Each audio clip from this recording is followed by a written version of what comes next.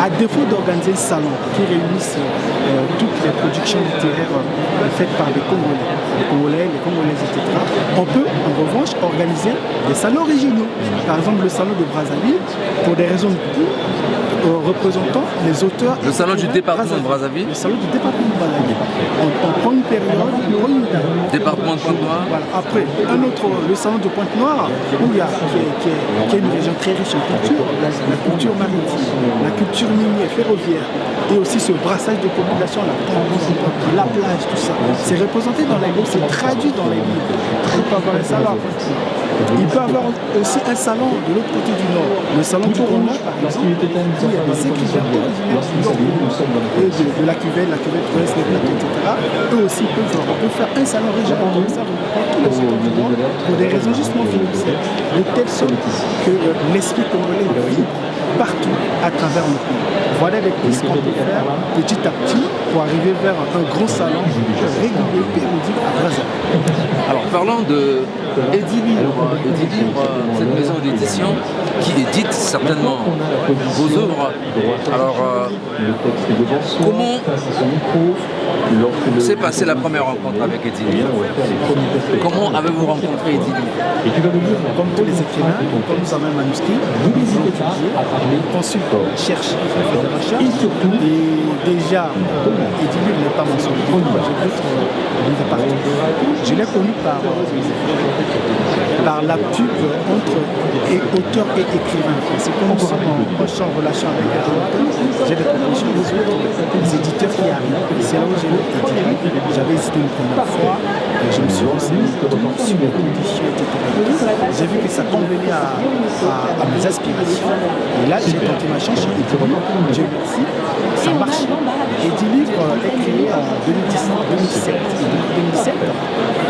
L'édition s'est spécialisée dans la diversité des opinions en matière de production littéraire. Parce qu'avec le recul du livre papier, avec la mauvaise santé du livre papier, à cause de la révolution les grandes maisons d'édition sont restées accrochées à leurs grands écrivains. Parce que nous, vous publiez un écrivain qui vend, qu'un écrivain qui ne vend pas. Au mois de novembre, le livre a été créé 21e siècle pour essayer de contrecarrer ce problème, cette difficulté. Et du coup, mon expérience chez lui, ça s'est très bien passé. Je suis très content. Et avec les films, j'ai réalisé en 2018 8 livres, en 2018, 8 livres, donc 4 livres, 4 éditions.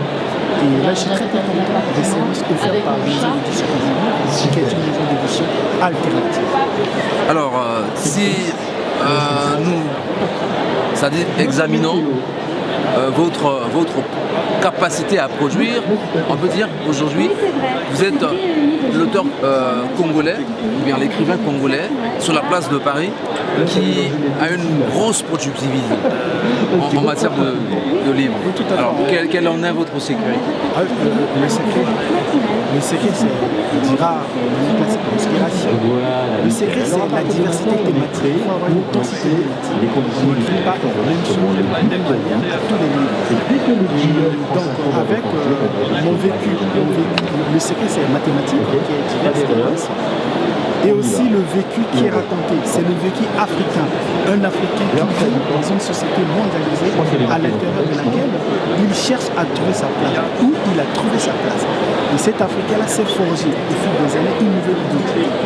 L'homme africain du 21e siècle que je rapporte dans mes livres, ce n'est pas l'Africain des années 60, 70, 80. Non, c'est le monde africain, c'est un homme africain qui a intégré dans son sein les valeurs de réussite par lui-même, les valeurs de liberté par lui-même, les valeurs de respect par lui-même et pour les autres. C'est ça que j'ai traduit dans mes livres et qui fait que j'ai beaucoup plus de possibilités en matière de production. Parce que j'écris des romans parlants. Avez-vous vraiment suffisamment du temps pour écrire autant de livres? Comme c'est une passion, la deuxième du temps pour vivre sa passion. Au du salon, Par l'écriture, je donne du temps. Je donne du temps dans la journée, je me donne du temps dans la soirée. Je m'organise aussi à être compatible avec ma vie de famille et aussi ma vie professionnelle. Je trouve du temps pour vivre sa passion. Alors, en tant tend vers la fin de cette émission spéciale consacrée à la 39e édition du Salon du Livre sous la place de Paris, porte de Versailles, avec Richard Osoma-Lemoy, l'écrivain congolais qui a élu domicile en France depuis 20 ans. Alors revenons sur Édition Livre, bien évidemment. Est-ce que ce mariage entre Richard et Édi Livre est-il un mariage de raison ou bien un mariage par intérêt? C'est un mariage d'amour. Intérêt, quand je dis un intérêt, parce que Édi Livre, il cherche à gagner de l'argent. C'est un commerçant. Il publie des livres pour être vendu, pour monter son chiffre d'affaires et payer ses travailleurs qui étaient quelqu'un. Intérêt pourquoi? De mon côté aussi, j'ai un intérêt. Je vends des livres pour gagner de l'argent. Et pour vivre aussi à payer mes petites affaires. Mais c'est beaucoup plus mariage d'amour. L'amour pour la littérature, l'amour pour les belles lettres. C'est ce qui a permis le plus souvent de donner la passion pour les belles lettres. Donc mon mariage avec Édi Livre, c'est bien plus un mariage d'amour. Alors, Richard, on se rend compte que, au fil du temps, Richard a fait intrusion dans la littérature. Parce que Richard est d'abord juriste de formation. Est-ce qu'on peut expliquer ça? Comment Richard a pu être à cheval entre le droit et la littérature? Est-ce qu'on ne peut pas considérer,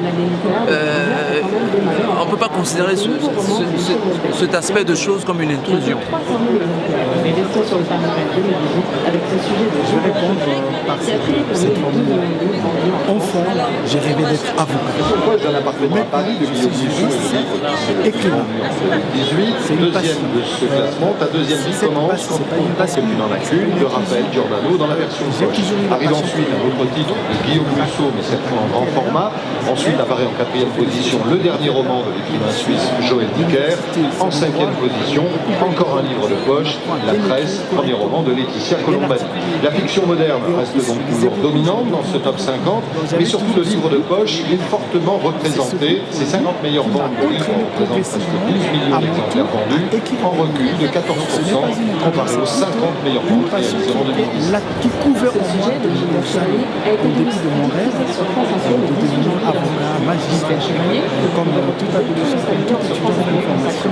Et là, je me rends compte, je me suis rattrapé par ma passion. Ma passion m'a rattrapé et montré pour la réaliser. C'est pour ça que j'écris, que je suis écrivain. Alors donc si la littérature était une nation, on aurait dit que la littérature c'est la seconde nation pour un second pays ou bien une seconde nation pour Richard. La littérature, ce sera plus un refuge pour moi. Le refuge de mes chagrins, le refuge de ma tristesse, le refuge de ma désolation. La littérature aussi, c'est mon jardin d'amour, mon jardin de joie. En écrivant, je découvre la joie, je traduis la joie, je décris la joie et je réponds la joie. C'est une seconde patrie. C'est une seconde patrie. En dehors du Congo, il y a une autre patrie qui est en toi, c'est la littérature. Exactement, on peut dire ça comme ça. Une nouvelle patrie, parce que la patrie, c'est ce qui vous porte. La patrie, c'est ce qui vous garde, qui vous protège. La littérature me porte, elle me protège. Donc, elle est ma patrie. Alors pour finir, Richard écrit quoi et Richard propose quoi au public? Exactement. Alors, mon champ littéraire, il est de 3 ans. J'écris des livres de romans. De société, c'est des romans complexes. Ça n'a rien à voir avec les grands romans africains qu'on a connus, les traditions du mystère africain, la sorcellerie, etc. Mon roman, moi, c'est le vécu africain d'un Africain qui vit dans des sociétés mondialisées. La France, les États-Unis, les Antilles, le Canada, etc. Et autre chose, j'écris des essais. Les essais, c'est des livres de recherche. C'est un point de vue, ça peut être une thèse, on développe une idée, une thématique très importante pour la société. J'écris donc des essais politiques pour proposer des nouvelles idées politiques. J'écris des essais de droit, parce que je suis juriste de formation, et je me conforte en expliquant le droit au public. Dans mon troisième ordre, j'écris des livres de théâtre. Le théâtre, c'est la meilleure leçon de vie qu'on donne aux nouvelles générations.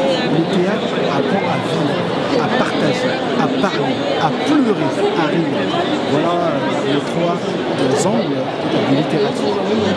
Alors, c'est par cette tête de chapitre qui compose la littérature, qui compose la vision littéraire de Richard, que nous terminons cette émission. Nous avons été très contents de recevoir Richard sur ce plateau spécial 39e édition du Salon du Livre qui s'ouvre à Paris aujourd'hui, bien évidemment, pour se terminer le 18. Alors donc, j'espère bien qu'on aura d'autres occasions, cette fois-ci, au-delà du salon, explorer, pourquoi pas, l'univers Richard, en ce qui concerne la littérature, bien évidemment. Nous allons faire beaucoup d'émissions avec Richard pour explorer